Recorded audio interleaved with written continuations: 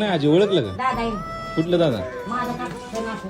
हा? माझाच नातू आहे. कशासाठी येत होती यांच्याकडे तू? रोज येतो. कशाला पहिलं? पहिल्यापासून मग आमचंच आहे. रॉकेलचं काय होतं? हा. काका लय भारी होतं. रॉकेल प्रत्येक वेळेस खोटं सांगून यायची हा? हा. काय म्हणायची? येत होती.